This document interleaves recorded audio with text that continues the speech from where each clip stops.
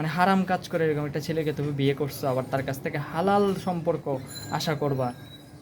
How funny! এই বিষয়টি নিয়ে কথা বলার কোনো ইচ্ছা ছিল না আমার, তারপরেও নিউজ ফিডে বারবার আসছে, পোক করতেছে, তাই এই বিষয়টি নিয়ে কথা বলছি। আর মোস্ট ইম্পর্ট্যান্ট হচ্ছে আমার কিছু পছন্দের ব্যক্তিত্ব এই বিষয়টি নিয়ে কথা বলার কারণে আমি বিষয়টা নিয়ে আরও একটু বেশি কৌতূহলবশত একটু খুঁটিয়ে দেখলাম। তো মোরাল অফ দ্য স্টোরি জানতে পারলাম আলভি নামে কোনো একটা ছেলে, প্যাকেজ ট্যাকেজ সরি মানে মিডিয়াতে কাজ করে এরকম একটা ছেলে, তার বিবাহ বহির্ভূত সম্পর্ক তার স্ত্রী জানতে পারার কারণে তার স্ত্রী আত্মহত্যা করেছে। এখন পুরা দেশবাসী ওই ছেলেটার পিছনে কি লেগেছে। খুবই লজিক্যাল না বিষয়টা? বাহ!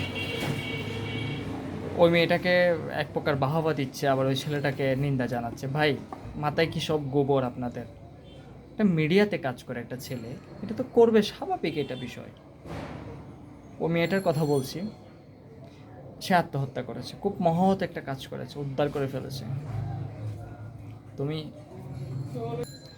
মিডিয়াতে কাজ করে এমন একটা ছেলেকে বিয়ে করবা, আবার তার কাছ থেকে লয়ালিটি এক্সপেক্ট করবা? হ্যাঁ, মানে হারাম কাজ করে এরকম একটা ছেলেকে তুমি বিয়ে করছো, আবার তার কাছ থেকে হালাল সম্পর্ক আশা করবা। How funny! মানে কোন দিকে যাচ্ছে আমাদের নৈতিকতা? আবার কিছু মানুষ তার পিছনে লেগেছে, হ্যাঁ, তার সুষ্ঠু বিচার চাই। ভাই, কী বিচার করবেন আপনি? 95% মানুষই তো এরকম, মিডিয়াতে কাজ করে মানে এটা থাকবে স্বাভাবিক।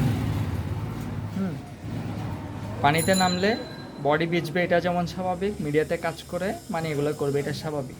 মিডিয়াতে কাজ করে এরকম একটা ছেলেকে বিয়ে করছে সে, আবার সেটা মেনে নিতে পারতেছে না তার হাজব্যান্ড অন্য মেয়ের সাথে কি বিবাহ বহির্ভূত সম্পর্কে লিপ্ত হয়েছে। স্বাভাবিক। আবার সে আত্মহত্যা করেছে, হ্যাঁ, এটা কি সলিউশন? আপনি তালাক দিয়ে চলে আসেন। ও ফানি, চলুক নাটক দেখি। খুবই মানে বুঝলাম না মানুষের মাথা। ওকে, আল্লাহ হাফেজ, ভালো থাকেন।